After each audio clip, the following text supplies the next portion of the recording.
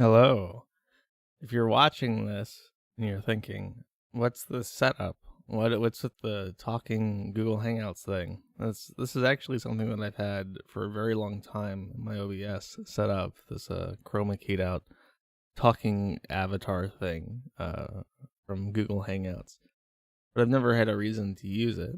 I thought when I started years ago, literally years ago now, that I would one day have an opportunity to be in Google Hangouts with multiple people talking about things at once.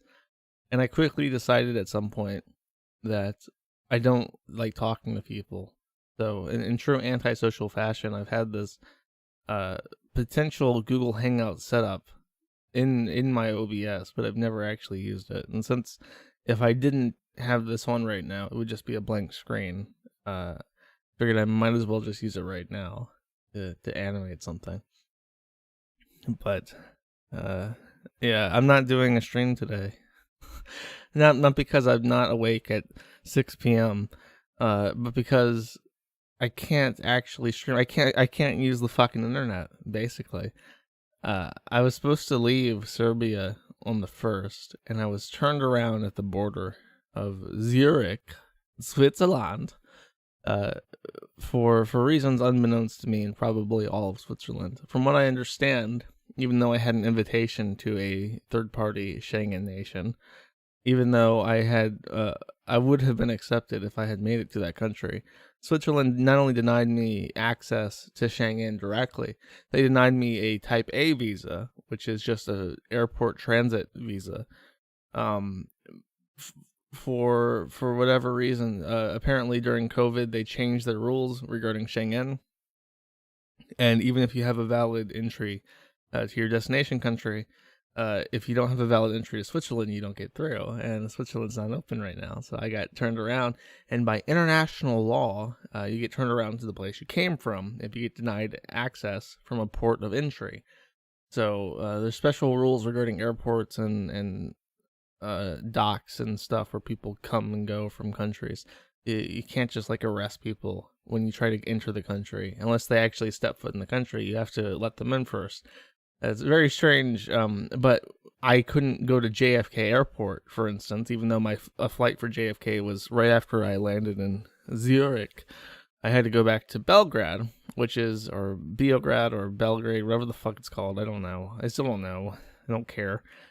And my concern was that I had an expired tourist visa here, and there was a very real possibility that I guess I would end up in Serbia, be denied at the border because I didn't have any reason to be in Serbia, and then I guess I'd just get sent back to Zurich, and it would be in fucking hell forever. I would be sent back and forth between these two countries like a ping pong ball for all eternity.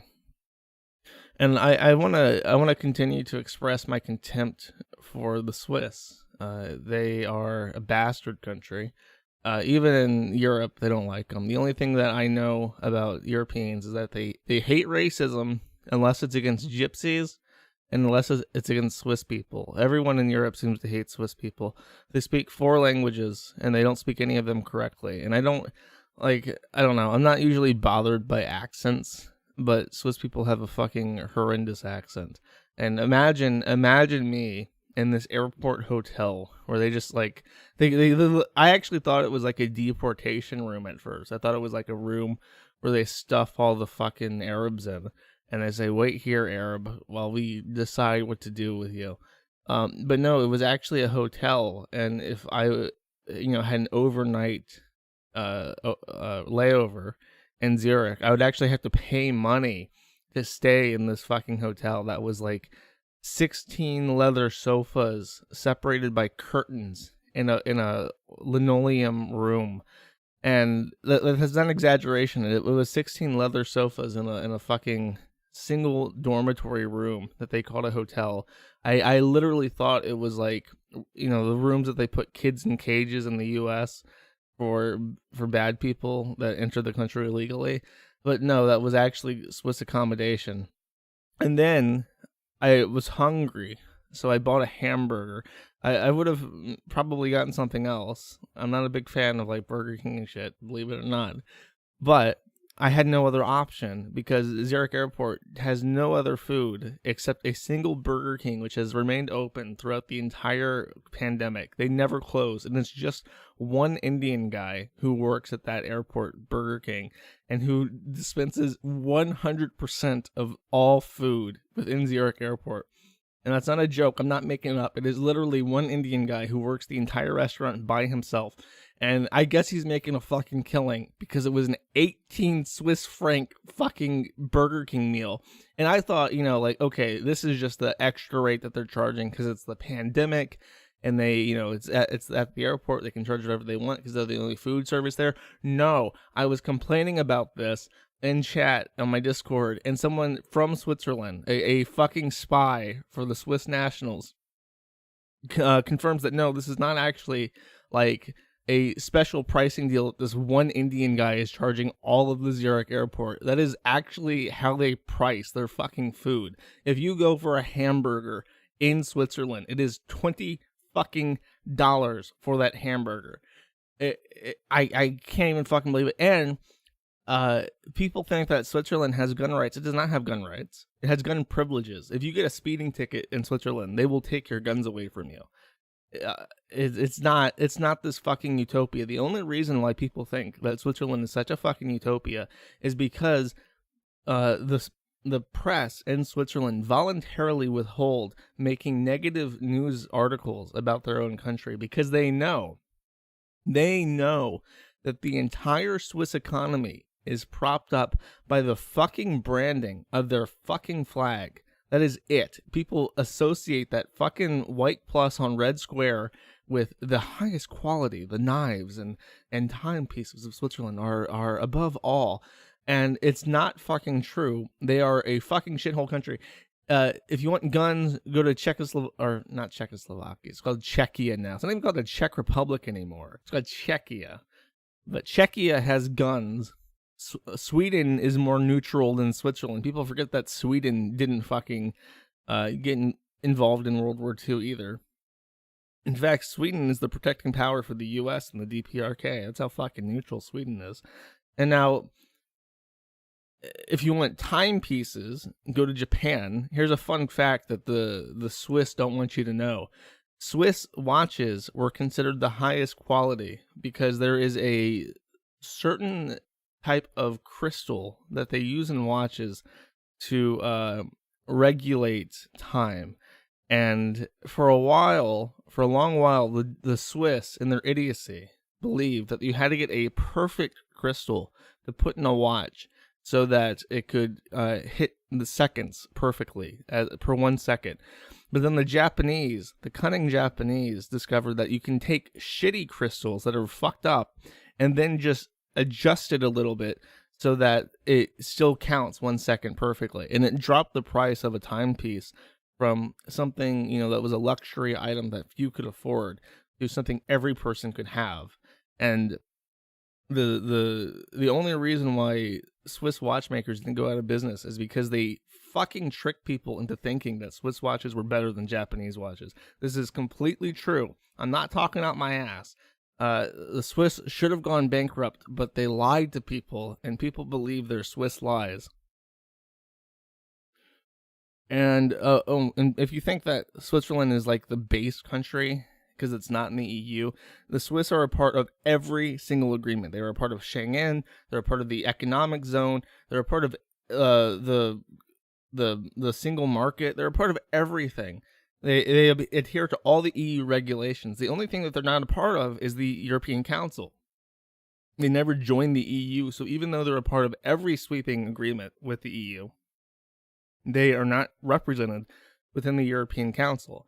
So they have no say over the regulations that they're beholden to, even though they pretend that they're not in the EU. It's literally just a trick that they've played on their own people to maintain face, so that when they show those fucking maps of countries in the EU, Switzerland is like this carved out hole where they can pretend that they're still neutral, not a part of the EU, but they're under fucking German rule right now. And they can pretend all they want that they're not a part of the EU, but they are. And finally, for reasons to hate Switzerland, all my homies hate Switzerland. If it's just as big a dump as every other European country. Like, if you think that Geneva is not like Paris, maybe it's a little bit better than Paris, because Paris is a massive fucking dump. But if you think that it's better than any other major metropolitan city in Europe, you're just wrong. I've heard stories of old Swiss ladies going to Geneva and crying because of how fucking dirty and multicultural it is. In the airport, the guy, the receptionist, was a French African. It was an Egyptian. Like I mentioned, the Burger King guy was Indian. The only person not multicultural and diverse at the airport was the border guard, who was 100% Swiss and had an annoying fucking accent. And he hit his fucking vowels like a screeching owl. It was just the worst. Listening to that shit. Oh, if you're wondering what that noise is, if you could hear that, that is my 1950s. It's like a 1950s fridge. It's really fancy looking. It looks really cool. I'm in a basement. And like I said, I'm not doing a stream today. I'm recording this because I don't have reliable Wi-Fi, actually. I'm using the cafe Wi-Fi next door. And I'm not even using like the cafe Wi-Fi directly. I'm using my phone as a tether because my Wi-Fi card in my laptop is like 10 years old now. And it can't pick up that Wi-Fi reliably. And I mean, neither can my phone, but it can pick it up more reliably than my laptop. So that's what I'm using. I've had to move like 3 times this month. I moved at the beginning of the month the reason why I streamed on Thursday last time I streamed was I had a flight on Friday, and that's when I went to Switzerland. And then I came back, I picked up a thing on Airbnb, and I stayed there for a week, but they said that's the only thing we can give you after the 15th. You got to find another place. And I only booked to the 15th when I got kicked out of Switzerland, was because I thought that I had heard that Europe was opening on the 15th. I was like, fuck it, I'll try again. And then I looked at it, and they're only open to Schengen countries right now. So I don't know, actually, when Europe is set to reopen. I have some travel plans worked out, and I'll be gone probably until July, because I have to sort something out. And I was just not going to stream today because I have nothing fun to say. Maybe me bitching about Switzerland is funny to someone, but the big things that I have to say are all negative, and I guess I'll get to those. But I figured I couldn't go on vacation or whatever you want to call me, disappearing for a couple weeks without saying hi, and I guess that's what this is. I don't want to get into the negative stuff already. There's something I was gonna say and I completely forgot it. Here I am pre-recording a stream, and I still can't remember everything. I think I'd take the time to write things down. Oh well, I'll probably remember it in a bit. So, when I got back to Serbia, I get in line, and I'm nervous because, again, I'm not supposed to be back. And I get there, and there's like 3 guys in a booth, right? 2 of them are processing lines, and one guy's like a supervisor hanging back and watching what the other 2 are doing to make sure that they're not accepting bribes or whatever. And he takes my passport, he puts in like the scanner, which brings up my profile, I guess, with the Serbian border guard. And he looks at it, and he gets like a concerned look on his face because it probably has like a blinking message on it, like "Don't let this guy in," because he just left on the expired tourist visa. And then he opens my book to where my stamps are, and he sees my exit stamp yesterday, the day before. And then he just like gets like a deadpan expression, and he stamps me through. Puts the entry stamp right next to the first entry stamp, one day after the 90-day period had ended. And his supervisor literally like bursts out laughing behind him, and he just hands me my book back. And I'm like, thanks. And I walk through. So just that just shows you the average person, a normal human being, confronted with a weird situation versus a Swiss person who is a bureaucratic slave, often referred to. I can't attest to the veracity of the statement, a mountain Jew. But that is the difference between a normal person and a Swiss person. That's how they handle situations. So the big thing that I did this week, I guess, is I complained very loudly. Apparently, me making a post about my feelings about the forum in particular was so interesting to Ralph that he did apparently like a 2 hour long reading of my post with Randbot, which I don't know. I guess it makes me feel good that I gave him something to talk about and be happy about, I guess. He took it as a personal message to him. Me talking about how I think that I'm getting old, that I want to start a family, and I can't do that with the forum as like an anchor. All this other stuff, he took that as a personal indictment, as me capitulating to him. And I couldn't understand how he interpreted this post, which I'm not going to read the entirety of. I summarized it pretty well. How he could take this post and interpret it to mean I'm talking about him. And then I read through it again after this, looking for what he latched onto. And I think it's this line, which is funny. I say, I find myself trapped in a tenuous and unprofitable position, staring down the barrel of 30 years old, in no position or in no better position than I was when I was turning 20 years old. And I have been afraid to say this because I have a large sense of pride, and many people are rooting against me. It has been important for me for years to save face and maintain stoic defense against opposition. Now, after much reflection, I realize these people I find myself contending against are all in their 30s and 40s, with no personal accomplishments, no wife, and no children. When death finds them, sooner rather than later, they will have left no mark on this earth, and proving them wrong is not something I am concerned of any longer. I think he thought that meant him. I can tell you that was not specifically meant to be Ralph. There's other people, someone in particular, who that's a much more accurate description of. But for whatever reason, Ralph thinks I'm talking about him. So I don't know. He's been very, very angry at me. It's like, I guess because I made a joke at his expense. That's all it takes, I guess. But the post itself is a summary of some things that I've been thinking this year.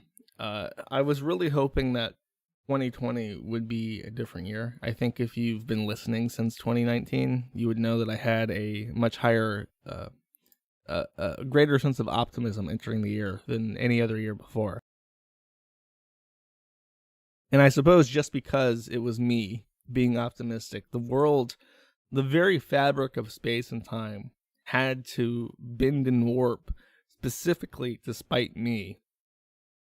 And now we are in what is perhaps the most turbulent year ever. I mean, I want to say that 9/11 in 2001 was, I mean, I guess it was, but really 2001 didn't feel turbulent. After September 11th, it really felt like the government was in control. They had a good idea of what they were doing. We had a unified enemy. American patriotism was at the highest it had ever been since like Pearl Harbor. It was 9/11 was a bigger watershed moment in terms of like things that happened afterwards. Everything went awful because of 9/11. But during 2001 itself, the government and the people of the country were very unified and organized and thoughtful, tactful. The speech that George W. Bush gave on the ruins of the World Trade Center is like famous and genuinely motivating and uplifting. It's something that will go down in history. But 2020 is the complete opposite. You feel like stuff is happening, but everything is so shattered and unpredictable. So I would say that this is a bigger, more turbulent year than 2001. The only other year I can think of to compare it to is 2016, specifically because of Trump. But even then, you had clearly divided lines. You had the Trump people and you had the Clinton people, and all the fun that came with partisan politics and people, ruining their families and friendships and communities. 2020 is something else where there is no clear line.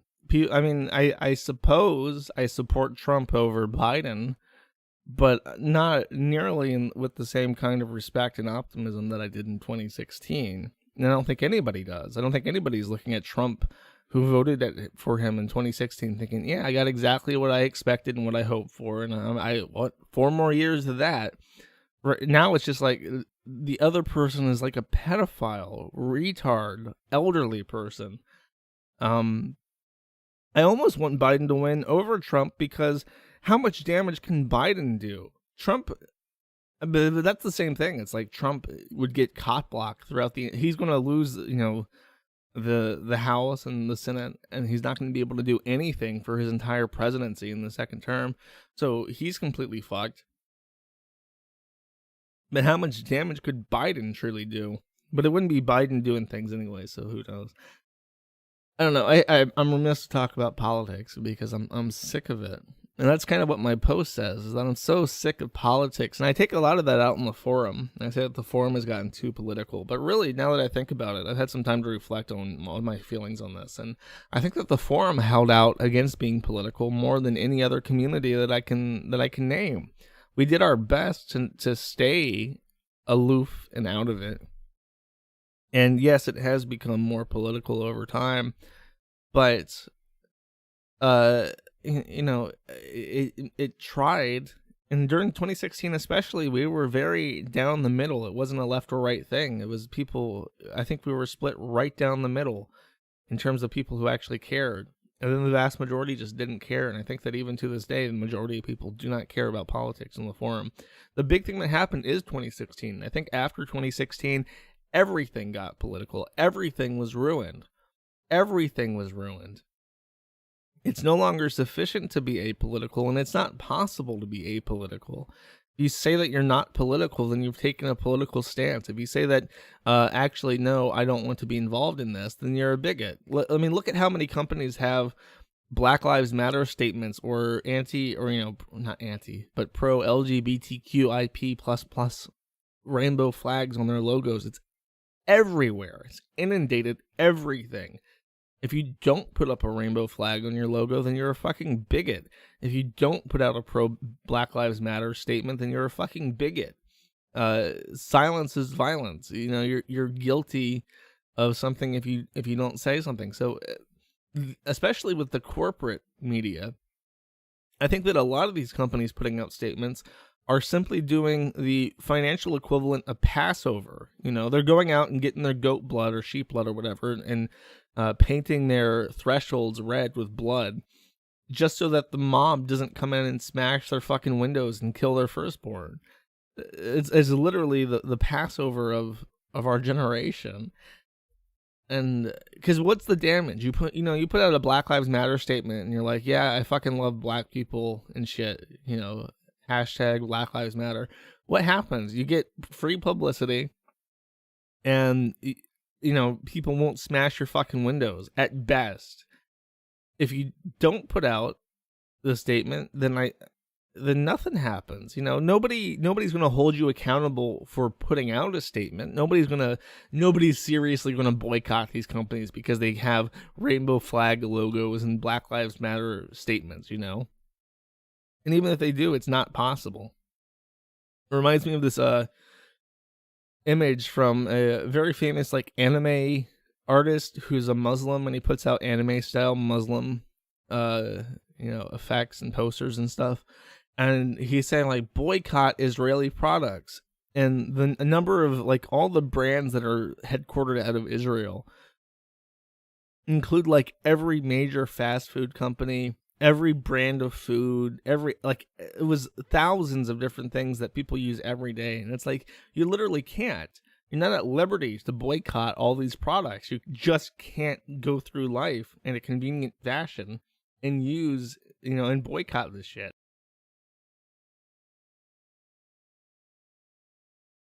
So, I mean, with this is the same thing. How do you protest the politicization of everything? And the answer is you can't. Everything's just going to get worse forever. And I think a lot of my sentiments are, I just don't want to be involved in politics anymore.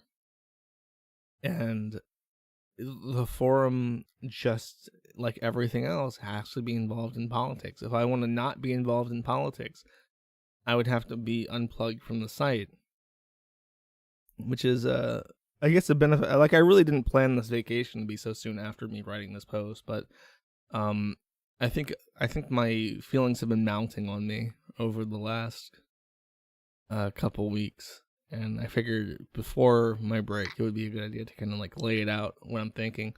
And what I've said can basically be summed up in two ideas. Number one, the forum needs to become financially stable. And number two, it needs to become fun for me. And I don't necessarily know, I'm going to be thinking about it while I'm gone, but I don't necessarily know how I want to accomplish these things.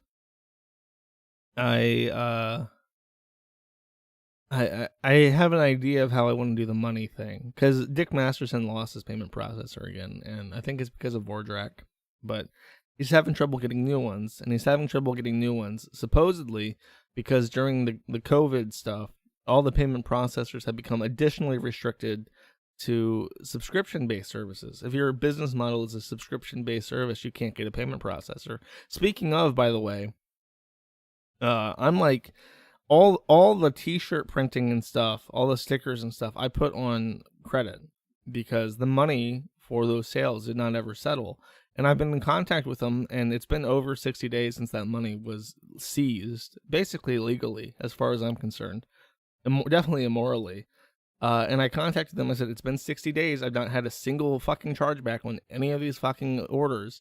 Can I please get my fucking money now? Because it's all in consumer debt. And they said, no. Try again in 30 days. And one of them, the fucking authorized.net one, says, please stop calling. Use email only. I'm like, no. My message is going to be fucking heard by a human being who's going to have to listen to me talk for 5 to 15 minutes to sort out my fucking issue, to put in an appeal, to have my funds reviewed to see if they can be released sooner, and I'm gonna fucking do it every 30 days. Oof.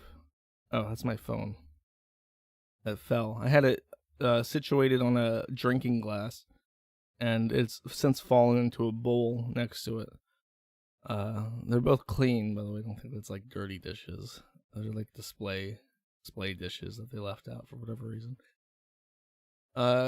Yeah, so fuck that, fuck them, and it's just going to get worse. That, especially the money front, like, you want to talk about things getting worse, that's what's going to get worse.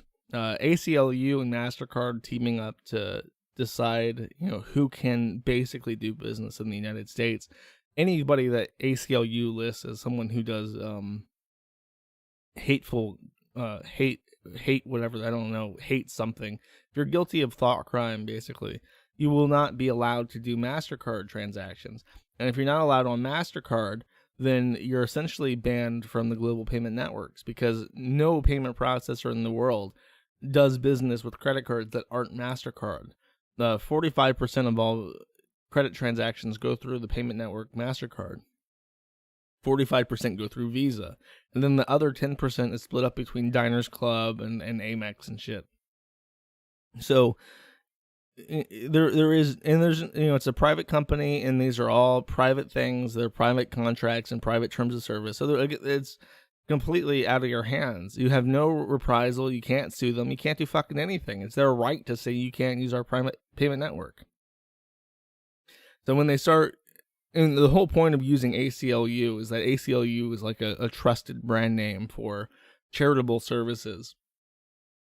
So when they say that someone is a hate something, and they can't do business anymore, it takes the number one, it takes the responsibility off of MasterCard. MasterCard defers and says it's the ACLU, and then the ACLU just starts using, its brand, its 50 plus years of civil rights movement stuff to say that they know what they're talking about, and they are just, defunding Nazis and Klansmen and shit. And then you're fucked. You're literally banned from the global economy. You are not allowed to use a credit card. And the governments of the world are tightening up their restrictions on Bitcoin in unison because all of them recognize it as a threat to their apparatus of power and control. How does the U.S. exert power and influence right now? It uses sanctions. Iran pisses us off, we sanction them. DPRK pisses us off, we sanction them. Russia pisses us off, we sanction them. Crimea, we don't recognize that as part of Russia, so we sanction Crimea. It would be illegal for me to go to Crimea and buy shit there because that would be me doing business in Crimea during a time of economic sanctions. That's just how we penalize people. How do we deal with terrorism these days? We fucking don't try and kill them all. We just try and fuck with their money.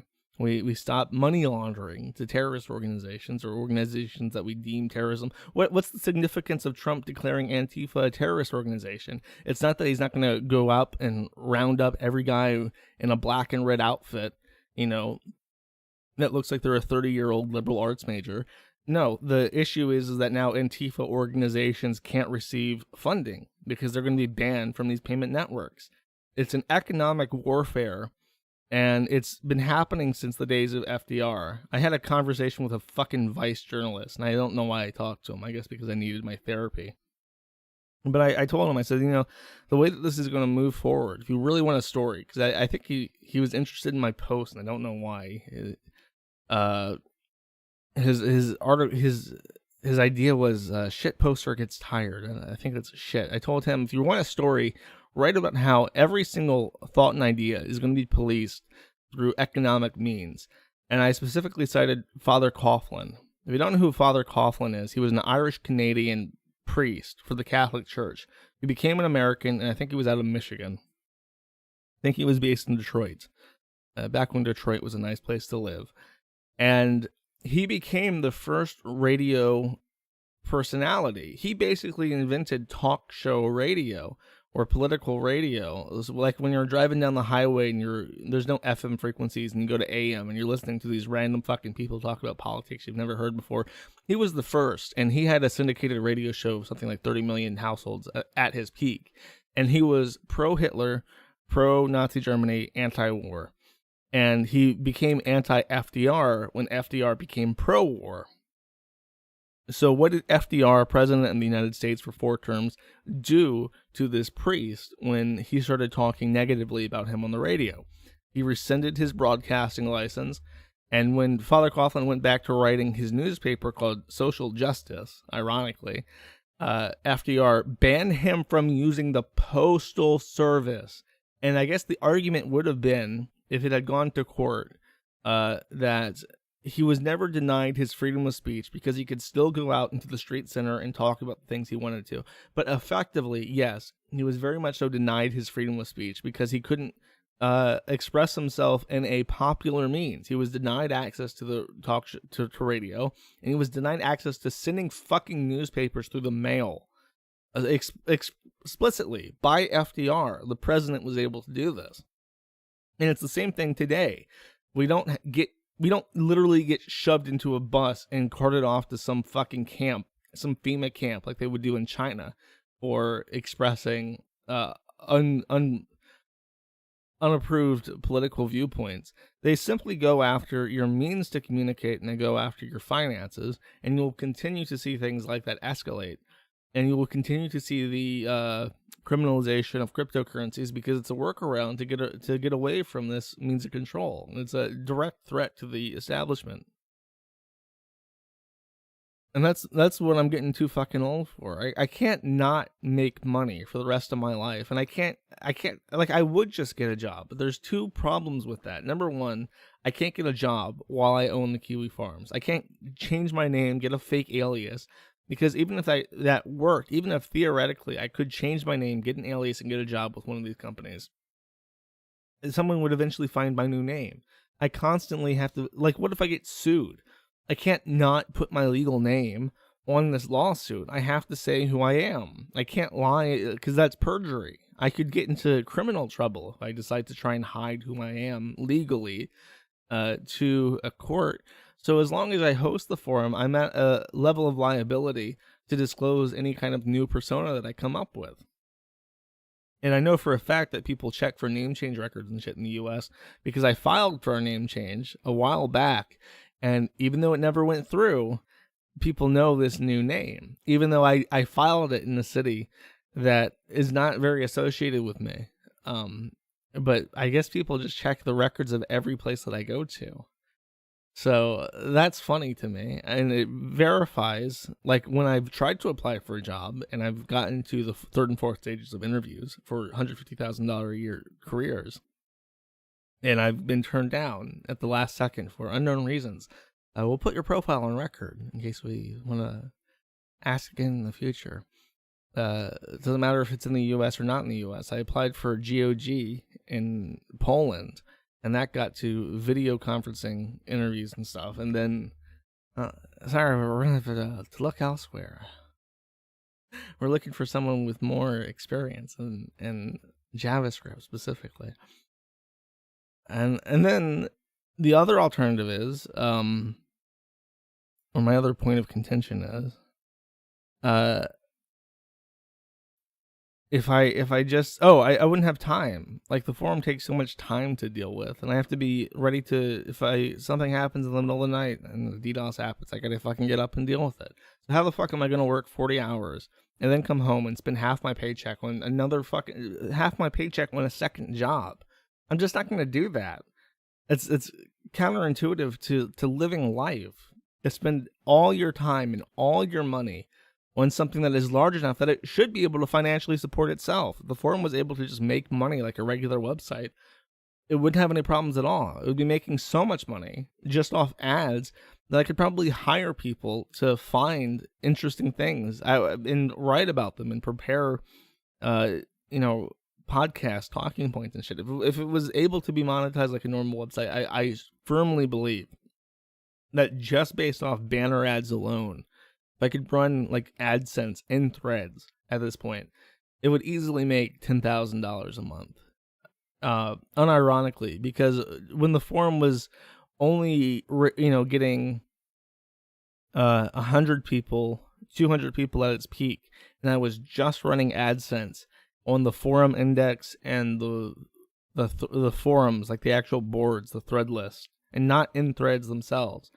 I was making over $200 a month with less than 1/10 the audience. So if I could run them in threads, and if I could run them today with the current level of traffic, easy $10,000 a month.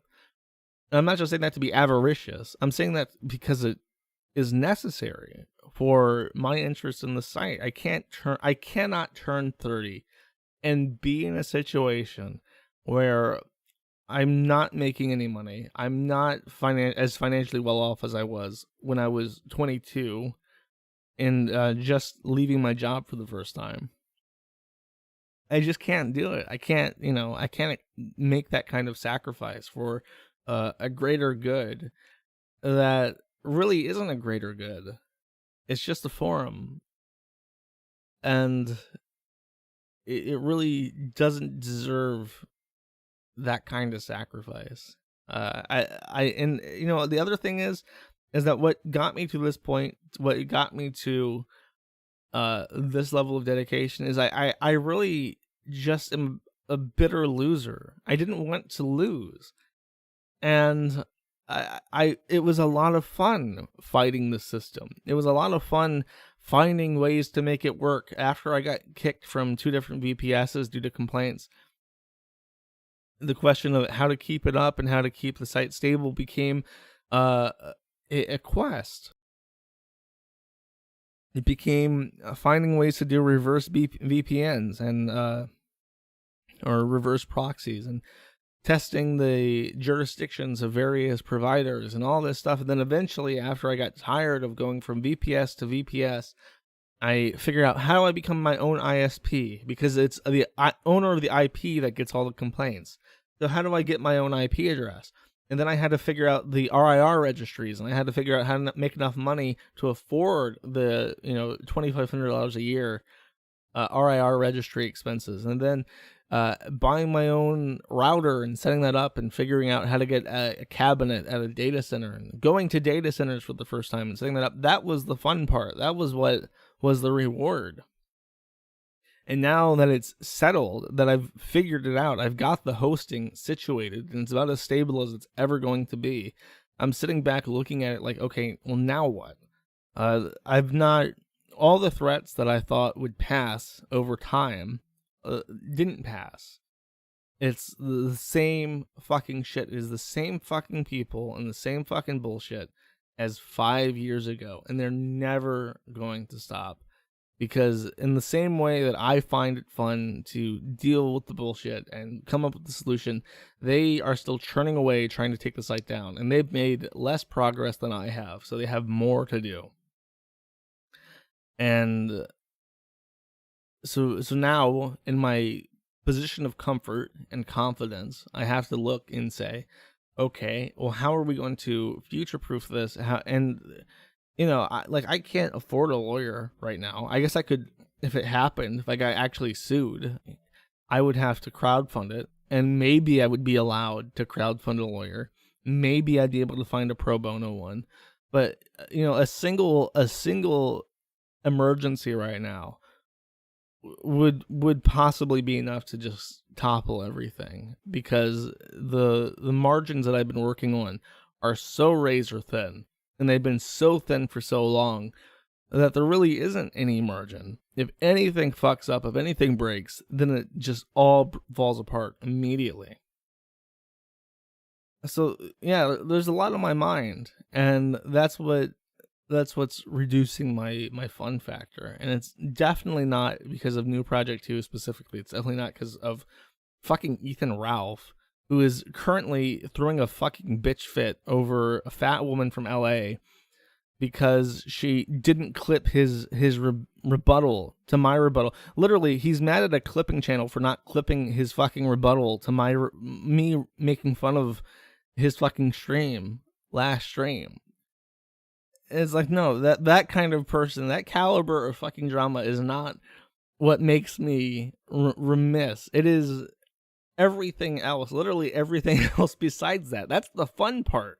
That's what makes the site worth doing, is that kind of shit.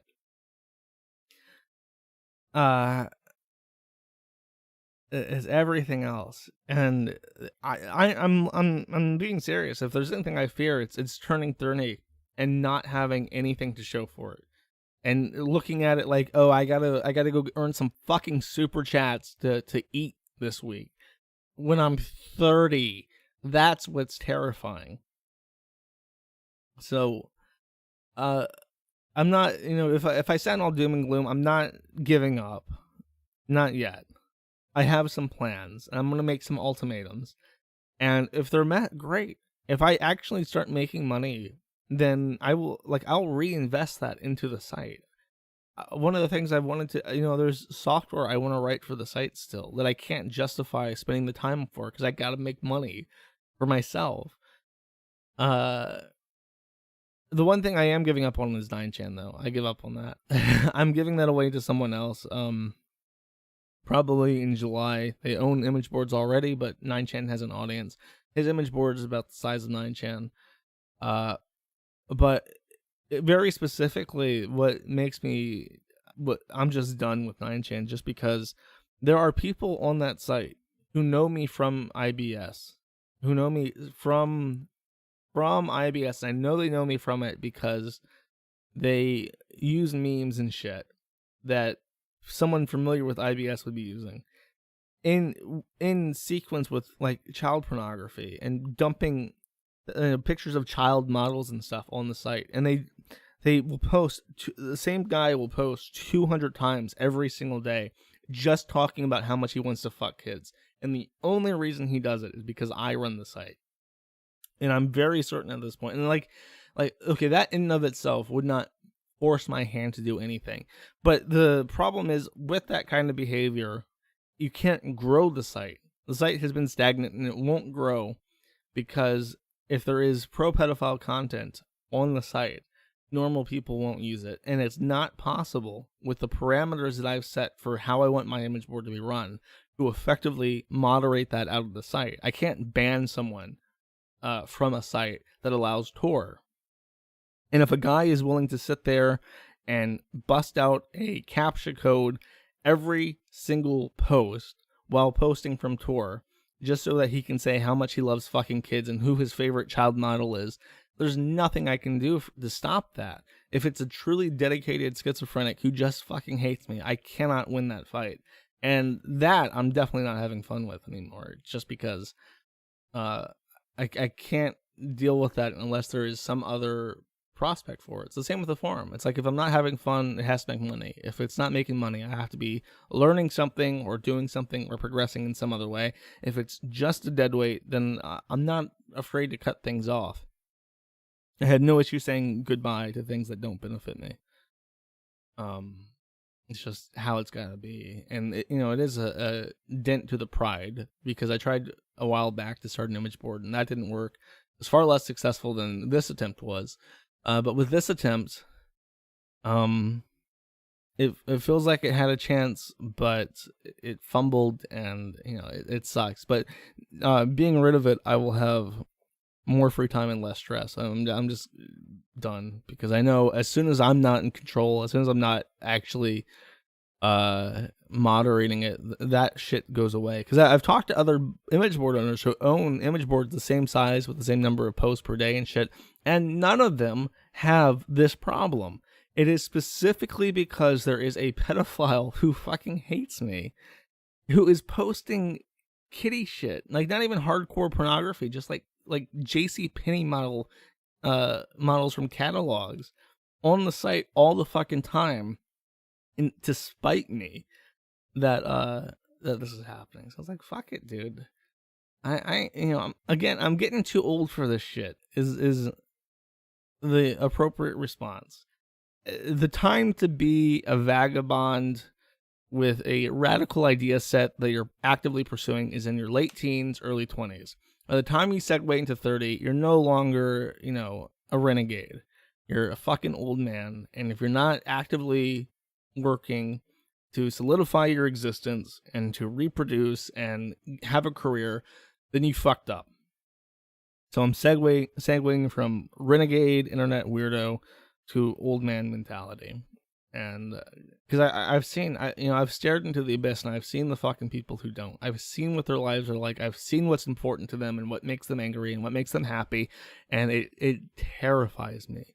I know what the spinster life for a man at 40 years old is like.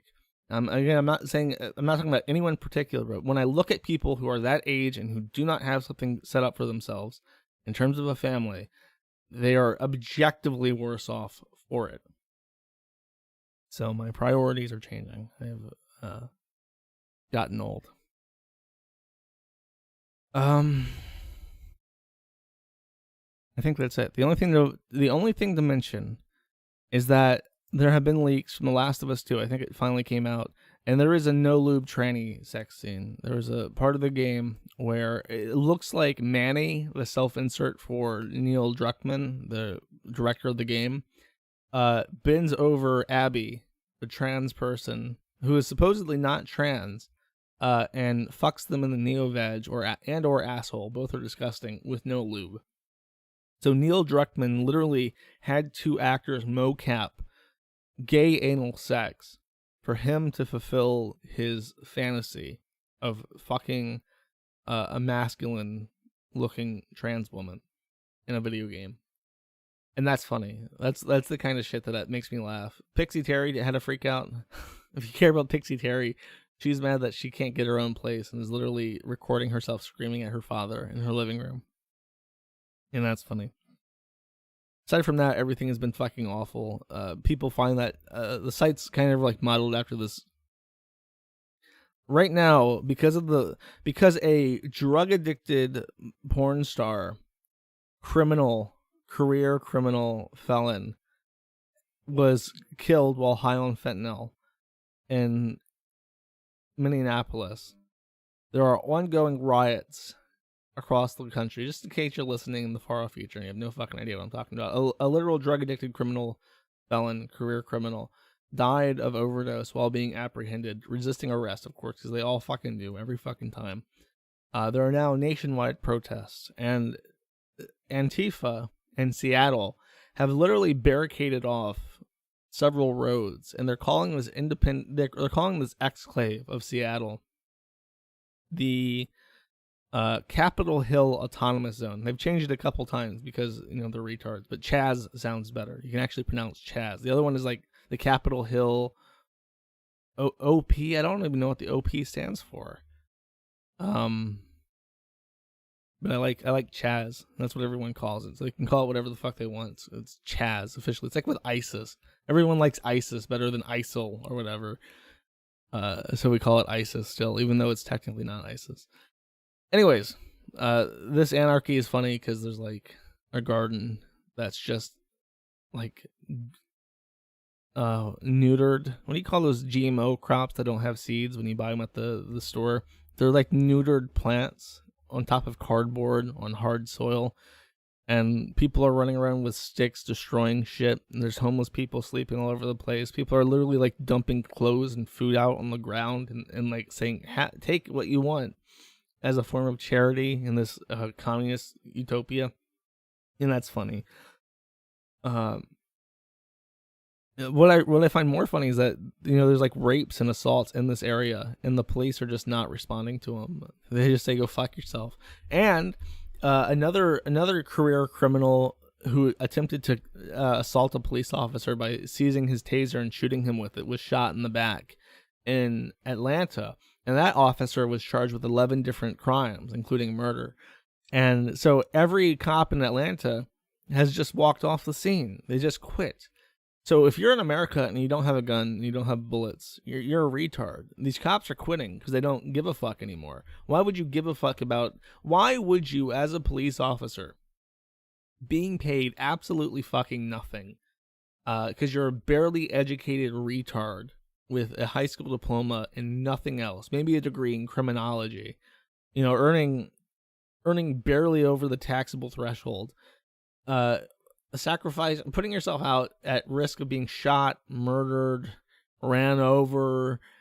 My grandfather was a cop in Washington, D.C., and his career lasted 2 years because 2 years in, he was beat upside the fucking head with a 2x4, and he was having seizures for a couple years. So that's the kind of liability that cops are put to, especially because now, you know, because people just fucking hate them. They get ran over on the side of the fucking road all the time because people don't pay attention and just hit them as they're on the curb. So why would you go do that when you can face, you know, criminal charges for it, when people are out for blood? Why would you do that? And I don't buy for a second. If you are a cop and you're listening to this, don't buy for a second you make a difference in your community. Everyone fucking hates you. I fucking hate cops. I literally cannot tell what edgy position I want to take more. That cops should go and kill all these protesters, or protesters should kill all these cops. I think I win either way. Fuck both of you. One side's ruining the fucking country. The other side gives me fucking speeding tickets. When I'm going down the highway, a 70 and a 50, first of all, the speed limit should never be fucking 50 miles per hour on a fucking freeway. Second of all, if I'm the only one on the road, you have no fucking reason to stand there with your fucking gaydar trying to pick up my fucking car so you can give me a fucking speeding ticket. Fuck that. It should be illegal. It should be required by law, by federal law, that any kind of civil penalty like that, like traffic tickets, should be required to go to charity instead of the fucking police department, because that shit is so fucking stupid. And Florida is the worst of it. Doesn't matter where you are in Florida, the fucking Florida Highway Patrol are fucking garbage. And Florida police are by far the dumbest on the fucking planet. They are literally the stereotypical 400 fucking pound looking retarded in his fucking armored vest, rolling around with his gun out, not able to understand complex problems and situations because he's got a sub fucking 90 IQ, high school diploma at best from one of the worst high schools in the whole fucking country, like just a fucking asshole. So fuck cops. All cops are assholes. All cops are bad, ACAB. But at the same time, if a cop mows down, if you're driving a cop car and you drive it through the freeway and there's protesters there and you just knock down 100 protesters, that's also fucking awesome. But really, just quit. Just quit your job. Nobody likes you. Nobody likes cops. Have you ever met someone who says thank you for your service to a cop? No, because all cops are fucking retards. All cops are fucking assholes. Hashtag Black Lives Matter. Hashtag I can't breathe. So please don't firebomb my Kiwi farms. I put out my official Black Lives Matter statement. Anyways, fuck cops. And they're leaving, and you'll have to defend for yourself. You've always had to defend for yourself. The whole thing about cops coming to protect you is a fucking illusion. Buy a gun, because during the minutes where things are actually happening and you have to defend yourself, that's when you need a firearm, not after, not 10 minutes after. And if you think that cops are going to rush in to save you, think again, because they fucking don't. You think about the school shooting, and it wasn't, of course it was in Florida. It was the one with the Cold Steel the Hedgehog guy, the really edgy one, that spawned the mutts who talk about gun control all the fucking time. That shooting, the cop did respond and then just waited out in the parking lot for backup before going in to address the live firing situation at the school. And I think they tried to charge him with, like, child neglect or something really funny and desperate that they hope will stick. But yeah, fuck cops. They're not going to help you. You'll have to help yourself. And really just get the fuck out of the US. The US is going to fall apart. I'm fully convinced of it. I think that you're going to see in the next 10 to 20 years, you're going to see a lot of brain drain from the US. You're going to see a lot of people who are educated fleeing the US to especially Eastern European countries. Because why not? Why would you stay in the US? The whole blood and soil thing, fuck that. What's that? Oh, that's my cue to stop talking. Anyways, why stay? Fine, I'll have to become not a rootless metropolitan at some point, probably in the near future. But there's no fucking way I'm going back to the U.S. What a fucking dump! Once you guys get rid of Section 230 and once freedom of speech goes down the fucking drain, like it fucking will, because all the politicians hate it, there'll be no reason to stay in the U.S. over any other country. Besides maybe the guns, but that's going away too. I'll get a Czech gun. I'll get a Finnish rifle in my hidey hole, and everyone else can eat shit. So with that said, I'll see you guys when I see you. I really don't know how long I'm going to be gone. I'll stream when I have internet and when things are a little bit more stable. But until then, I have a song for you. Take it easy.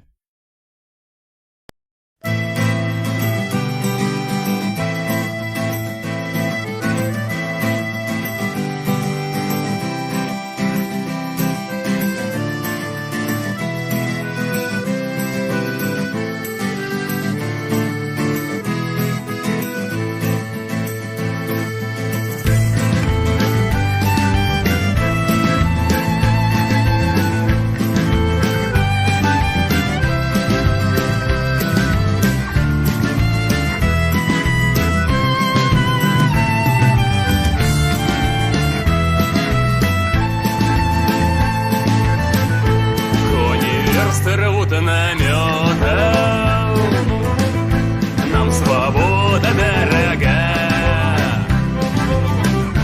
Через прорезь пулемет